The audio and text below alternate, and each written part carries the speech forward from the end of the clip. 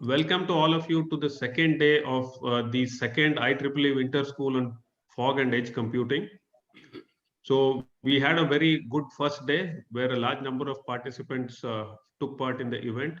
The talks were extremely interesting, both in the morning and the afternoon halves.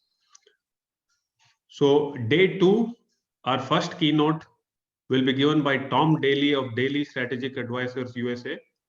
So the title of his keynote is 5G as an innovation driver. So I'll give a brief introduction to Tom. Tom Dailey is a senior global technology and business leader and chief legal officer with more than 25 years of experience at Fortune US top 20 company. Tom's most recent role with Verizon was as chief international legal officer, where he ran legal regulatory policy operations for Verizon's multi-billion-dollar enterprise business, operating in 150 countries around the world. Tom is the founder of Daily Strategic Advisors LLC. He also serves as a strategic business and leadership advisor to emerging technology startups in the 5G, drone, health IT, and entertainment industry. Tom, it's a privilege to have you speak at the event. So I invite you to go ahead and deliver your keynote. Thank you very much, Rajesh. Yeah, if we can pull off the technology here. Yeah, I see my slides. Let's see. All right, so now it says host disabled. Tom, let me just give me a minute.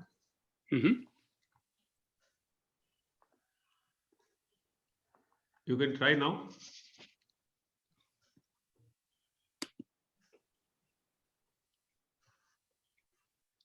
I think we've got it.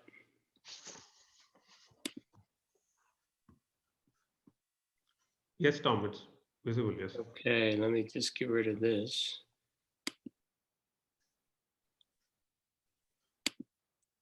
All right, can you see everything okay? Yes, Tom, yes.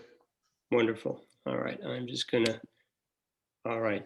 Well, good morning to Asia and good evening to those in the US. I am delighted to be here and talk a bit about 5G as an innovation driver.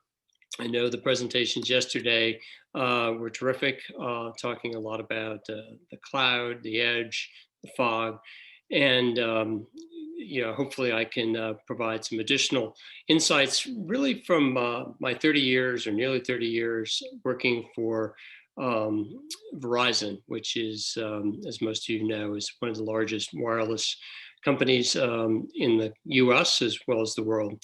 And so I've been privileged to do a lot of work in the legal policy regulatory space, as well as for most of the last decade, I was Verizon's chief strategy counsel. So I had a front row seat as Verizon was planning its strategy around 5G, not to mention other applications and things it was doing. So I will dive into the presentation. Well, let's see. I will try to dive into the presentation. It's not, there we go. So here's the agenda, what I'd like to cover today. I hopefully will touch on all these things and keep it within the 30 minutes. So I want to start off with a very basic question. What is 5G? So as we think about it, 5G from a network operator's perspective is fundamentally the network. And then on top of that, of course, we have platforms and applications and all the things that the network enables. So from my perspective, I want to talk about how the network 5G enables all of the technologies that will be riding on it and served through it. So as we're defining 5G, a friend of mine, one of our former chief strategy officers, called 5G wireless fiber, which I thought was a great term. It's a bit of an oxymoron in the sense, but what he really meant is that with 5G, you can essentially do everything that you could do on fiber in terms of speed, bandwidth, low latency, but you do it without the fiber in that last few hundred yards from the antenna to the home. 5G is also spectrum. I know you've talked a lot about it already. I'll try and add a little bit more insights from the perspective of one of the network operators. As we're looking at spectrum, and as we'll talk about it today, in the US and largely around the world, spectrum for 5G is divided into essentially 3 different bands: high, medium, or mid, and low. There's two mid bands broken out here, and in essence, the higher of the two, at least in the U.S., is really dedicated more to the unlicensed spectrum, and the mid-band 1 gigahertz up through 2.5 is the primary mid-band spectrum that's used in the US. The third key element is what you all have been talking about, mobile edge computing, which obviously is the special sauce that really makes so much happen with 5G and 5G services. So let's start off with a discussion about what it is about 5G that's so special. The key attributes that we talk about quite often are shown on the screen. And let me just talk about each one in turn for a minute, starting at the top. So with 5G, we have tremendous throughput speeds, approaching a gigabit, which is roughly the same as what you can get with a fiber to the home service. I worked for Verizon as its chief internet counsel back at the time broadband was born in around 2000 in the US. And shortly after that, we started rolling out our fiber to the home service, which covers much of Verizon's serving territory. And the speeds that we could offer through our fiber service were dramatic, and they increased year over year. I actually have a gigabit connection here at my house. The speeds that Verizon is able to offer and intends to offer through its 5G fixed wireless service will approximate those of its fiber service. In terms of other attributes, as we sort of work our way around the carousel, bandwidth capacity, just the sheer volume of data that can be transported over the pipe is impressive. And we think of bandwidth as opposed to throughput speed. Bandwidth is really the volume of data that can move through the network. So if you compare a garden hose with a fire hose, they both push water through at great speed, but the fire hose obviously pushes a far greater quantity. So with 5G, because of the ways you can stack various bandwidth on top of one another, especially at the millimeter wave bands, you can develop ways to pass an enormous amount of capacity through the network, an enormous amount of data, which is great because that's what 5G ultimately does so well, which is to collect and move data through the network and process it at the edge. Connected devices, one of the other attributes that's so important to us as we move towards the Internet of Things, with the capacity to connect 1 million devices per square kilometer. Latency is, I think, really one of the biggest distinguishing features and things that is going to lead to so much innovation around 5G. With 10 millisecond latency or less, it is virtually instantaneous in terms of the interaction. And just for those who are not as familiar with latency, the human eye and the brain interact with about 10 milliseconds of latency.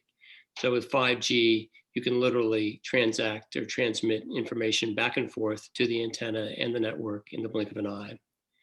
Network reliability with 5G is even greater than with 4G LTE. Mobility, this one is kind of interesting for anybody who's ever been on a bullet train, or those of us who are on the East Coast who've taken the Acela up to New York. Holding a stable connection at speed is something that is difficult to do. With 5G, you can hold that stable connection when you're mobile at speeds up to 500 kilometers per hour. And then from the operator's perspective, 5G is a much easier and less expensive installation. You don't have to run fiber from the pole to the house. You don't have to dig trenches. You just simply point the antenna and go. And then finally, there is the notion of energy efficiency. The devices themselves consume far less energy than previous iterations. So as we talk about spectrum with 5G, it's important to think through the trade-offs that are out there. So the trade-offs are really between coverage, capacity or bandwidth, latency, and ultimately speed. The chart on the right side shows basically the inverse relationship between the frequency bands and each of those elements. So the sweet spot that is being used, the 5G spectrum that's being used in most places around the world, sits in the mid bands. I don't know enough about the low band deployments outside the US, but the US, we are using low and mid for the size of the coverage area. Those are the spectrum ranges that we're using to basically blanket the US, all the major carriers are using. Verizon and AT&T in particular are using high band to deploy 5G in urban settings and in very specific applications within stadiums and structures like that. The innovation that will be happening with 5G, of course, is going to happen at all of the spectrum bands. But I think the most interesting stuff that we're going to see, particularly around the enterprise space and with some of the really interesting applications around autonomous vehicles, drones, and so forth, will be happening at the high bands. So as businesses are looking at 5G, it's very important that you match up the spectrum bands that you have access to, that you are licensing, with your business strategy. So consumer services, as I mentioned, will typically require a broader coverage area, and there's a sacrifice there, which would be speed and latency. Enterprise services typically require more speed, lower latency, and they're willing to sacrifice coverage area because typically the space that you're trying to blanket with small cells is smaller. So the coverage area isn't as much of a constraint. If you're deploying in urban and metropolitan areas, mid-band or high band, suburban and rural areas are going to trend more towards mid-band and low band.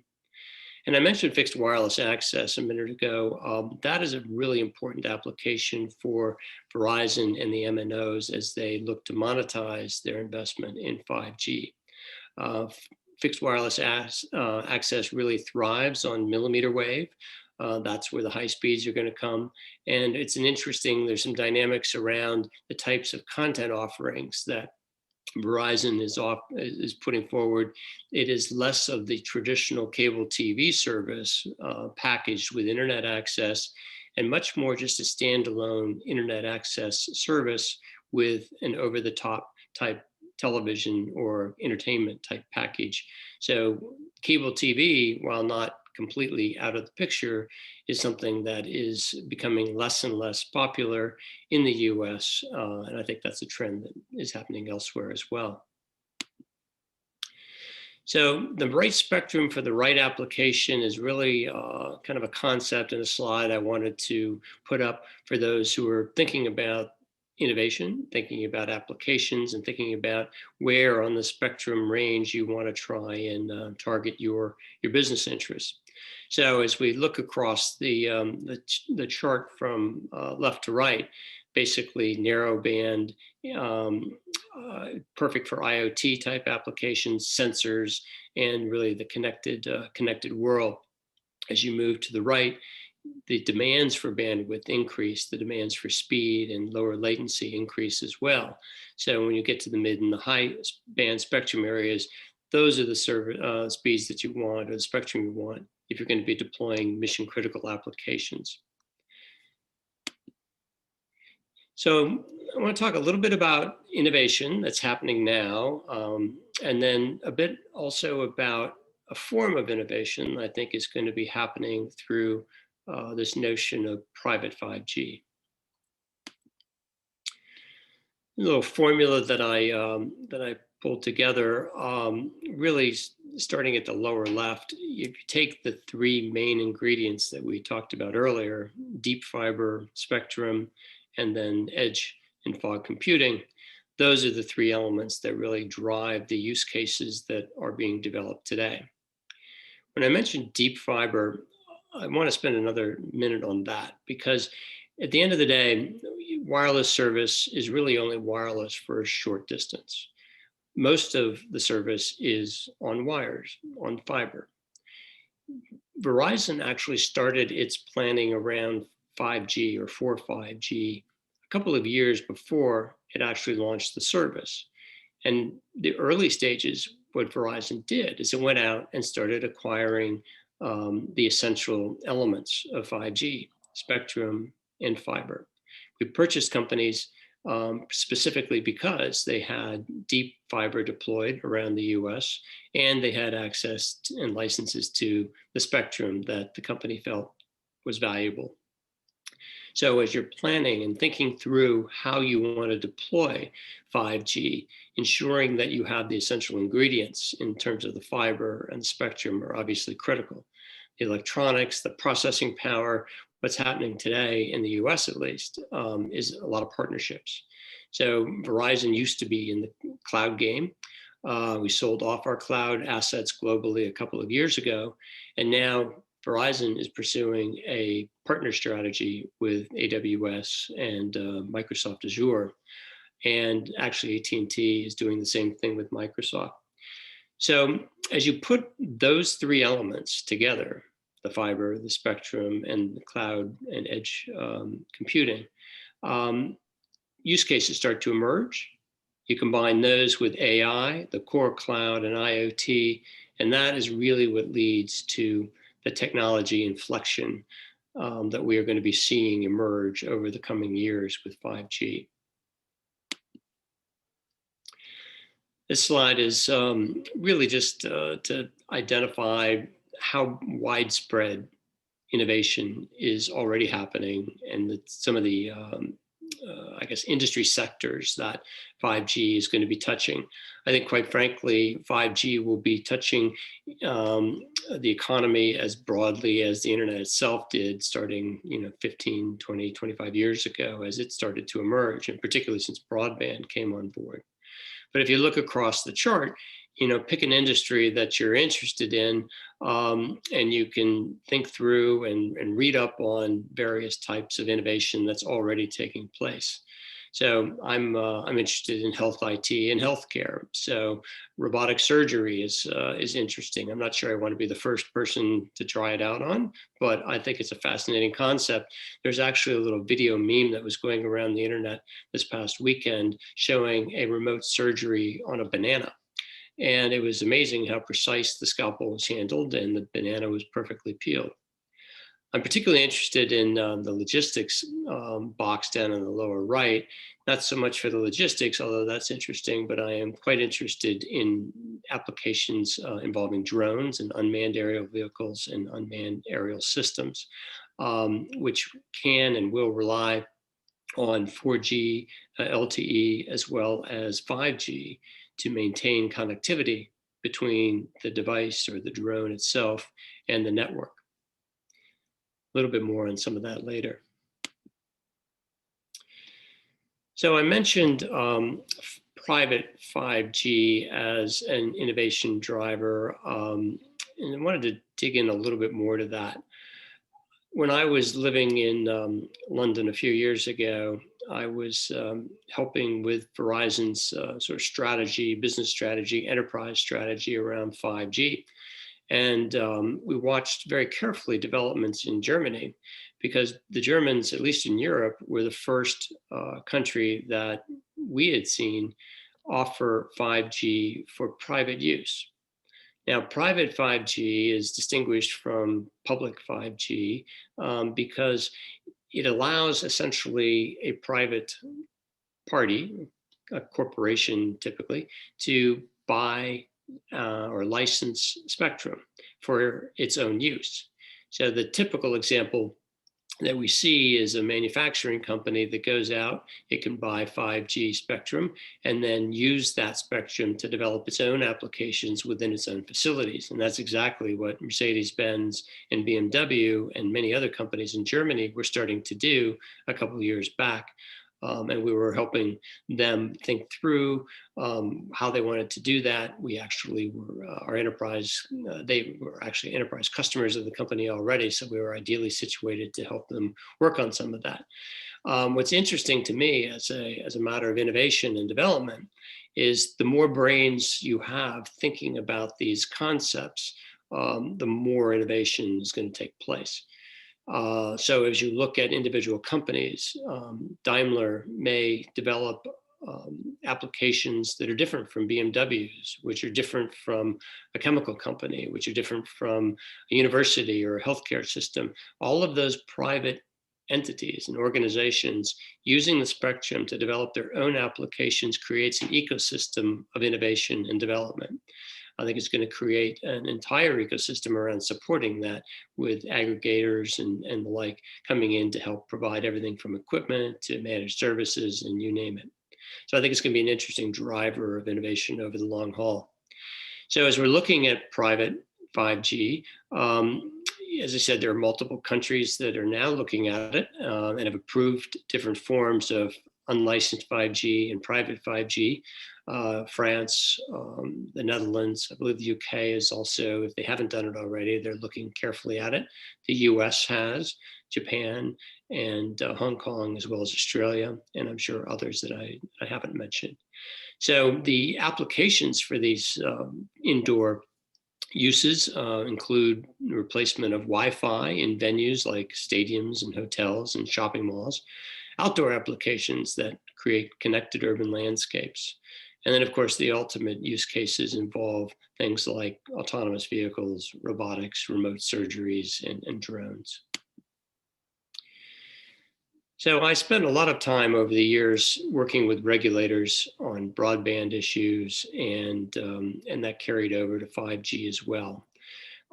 Typically, when I think of regulation and telecom, I'm very much interested in minimizing regulation, because as a competitive service, typically the amount of regulation that's necessary, in our view at least, is much less. But what's important is that we have with 5G an appropriate level of regulation. And the sort of flip side of that is that overregulation is really an innovation killer. The more rules and requirements that you have on anything, 5G included, the more costly and time-consuming it is to develop and deploy the technology. So I wanted to use the FCC in the US as a bit of a regulatory case study on a good way for regulators to get involved in the deployment of a new technology. So the FCC, a couple of years back, created something called the 5G Fast Plan. The three major components of the plan are shown on the slide. The first one was, I think, in some ways the most interesting and aggressive in a good way. And that was steps that the FCC took to reduce the time and cost to market for companies deploying 5G.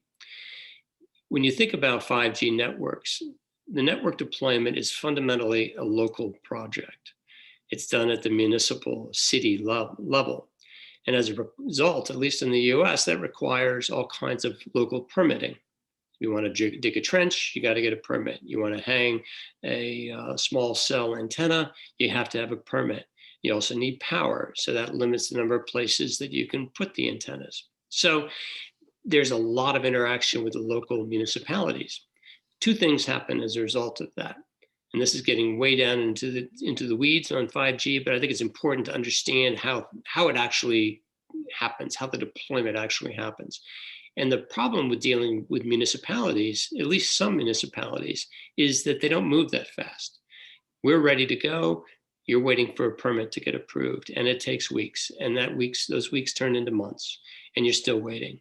The other thing that happens is cost. Permitting costs money to get, but the actual cost of the permit can be extraordinary, especially when you're rolling out thousands and thousands of antennas. So what the FCC did that was so interesting and novel under the US system is the FCC basically said, we are going to cap the amount of time the permitting process can take, and we're going to also cap the reasonable cost of the permits. So they didn't tell the municipalities what to do or what to charge or how long to take, but they did set limits, which was enormously helpful. The second thing that the FCC has done, and I think other countries are doing this as well, and if they haven't, I'm sure this is on the roadmap, is to pull together literally a roadmap for spectrum auctions.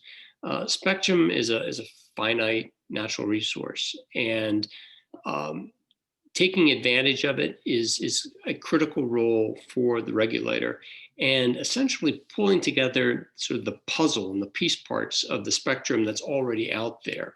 And so one of the challenges that the FCC has had, and I think they've done a very good job in addressing, is managing stakeholder issues and conflicts that existed, because there are certain entities or industries, including the government itself, which own the licenses to spectrum.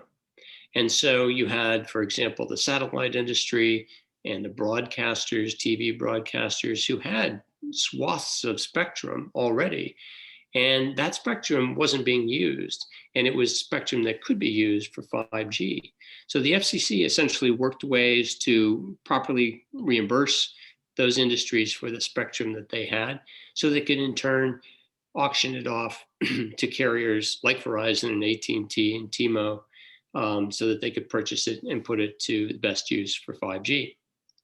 The US government also has a lot of spectrum in different parts. And so part of the challenge was taking those pieces and essentially moving the spectrum from place to place so that you could create larger, more useful blocks that could then be auctioned off. So again, it was spectrum management, and the FCC really was on the front foot and did a terrific job, and is doing a terrific job in trying to bring together more spectrum for auction and lease. And then the final piece of the 5G FAST plan was really around modernizing outdated regulations. What is important in this era is getting away from copper facilities. The basic phone network was all on twisted pair copper. And now we've been gradually moving to IP-based network plant. So finding ways to encourage and incent companies to retire their copper plant and replace it with fiber, which is helpful to 5G. It's also helpful to broadband generally. So the FCC has created an environment where it is more effective and efficient to move off what's left of the copper and move on to IP-based networks. So all regulations were essentially in scope for review to take a look and see what requirements are outdated, which ones are unnecessary to 5G, and how do we avoid things that were unnecessarily going to slow down the process. I think the FCC should be applauded, and I think it's actually something that other countries might want to consider as well as they're going about their 5G deployment. One other issue in the regulatory front that I think is interesting is cross-regulatory boundary issues. So if you look at something like drones, in the US, drones are actually regulated by at least 4 different major agencies. It's probably more than that, but 4 fit on the slide nicely. You have the Department of Homeland Security, which I'll use as a euphemism for law enforcement. They have an interest in knowing what drones are up in the sky. Is it a good guy driving that drone or a bad guy? The Department of Defense has its interest. The FCC, of course, has its interest through spectrum. And the FAA is the agency that is primarily charged with regulating aircraft. So all 4 of those and more have an interest in drones. So as you're deploying new technology and setting up a regulatory scheme for that, it's very important that the regulators work together. And the Department of Transportation in the US is actually doing that. It's finding ways to essentially create a roundtable with representation by different agencies to help try and work through some of the challenges that they're facing so that we can get the proper regulatory and safety requirements in place so that drones can roll out. Autonomous vehicles, you can make the same discussion given the fact that cars are regulated in by various different authorities. You have state, local, you have the Department of Homeland Security, law enforcement, and of course you have the National Highway Transportation Safety Administration, among others. So cross-agency cooperation is essential to keeping the flywheel of innovation spinning. I'm running a little short on time. I was going to mention one area of drones that I think is particularly interesting called beyond visual line of sight, which is it's really kind of the holy grail for drone technology. And essentially it allows you to pilot a drone when you're not standing in a place where you can see the drone. So you are beyond the visual line of sight. The applications are endless. You just think of a typical news association or organization that wants to film some event that has just happened. They want to get a drone up in the air. They can pilot it from their control tower in New York City, even though the event they're filming is down in Washington. So that's a terrific application. And that's one of the examples of something that the FAA and other agencies are working to approve in the US. I'll put in a plug for a consultancy that myself and my partner have just stood up recently called MetaNet Partners, where we're going to be working with drone companies at all stages of development, from startup to established companies, to work through the regulatory and business strategy issues. So I'm particularly interested in emerging technologies, and drones is something that's, I think, going to be quite interesting in the US and in other parts of the world as well. So the last thing I want to touch on is 5G's social dimension. COVID has demonstrated quite clearly in the US, and I'm sure elsewhere, that there is a great digital divide between those who have access to adequate broadband and internet and those that don't. So with 5G, I just picked 6 items here that I think 5G is going to help address to help close the digital divide. We've talked about 5G and fixed wireless access that addresses rural broadband coverage issues. It's going to address cost issues because I think the price will be lower. It's going to address access issues, access to telehealth, access to distance learning, enhanced work from home mobility. And ultimately, it's going to connect more people to the internet, which is good for everybody. So just to kind of conclude, I'd like to just sort of step back and think back 20 years to the time when broadband was born, and just look at what speed and bandwidth did, what kind of capabilities broadband enabled. We didn't have Facebook, we didn't have Google, we didn't have so many different applications that we rely on every day, and broadband made that happen. We now have wireless broadband through 5G that has speeds and bandwidth and latency that matches wired access. We have the ability to connect millions of devices to the network simultaneously. So the question that we started with was, what is 5G? And there's a network answer to that, but 5G is really the connective tissue that will drive the 4th industrial revolution. Everything that can be connected will be connected. And it's a very exciting time to be in telecom.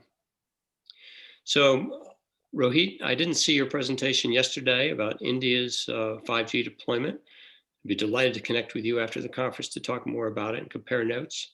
Sandeep, I don't know if you're on the conference call right now, but I didn't get a chance to dive into cybersecurity, but that's also an area of great interest to me and an area that I've worked in for many years in Washington. So I just want to stop and just thank Abhay and Rajesh for their support of the conference, and also to support thank the conference chairs, Rajesh and Tao, and also to thank Russell, Robert, and Doug from the IEEE for supporting the effort. And last but not least, I want to offer a special thanks to my good friend Kaushik for inviting me to speak today. Exciting times are ahead, and that concludes my remarks. Thank you very much.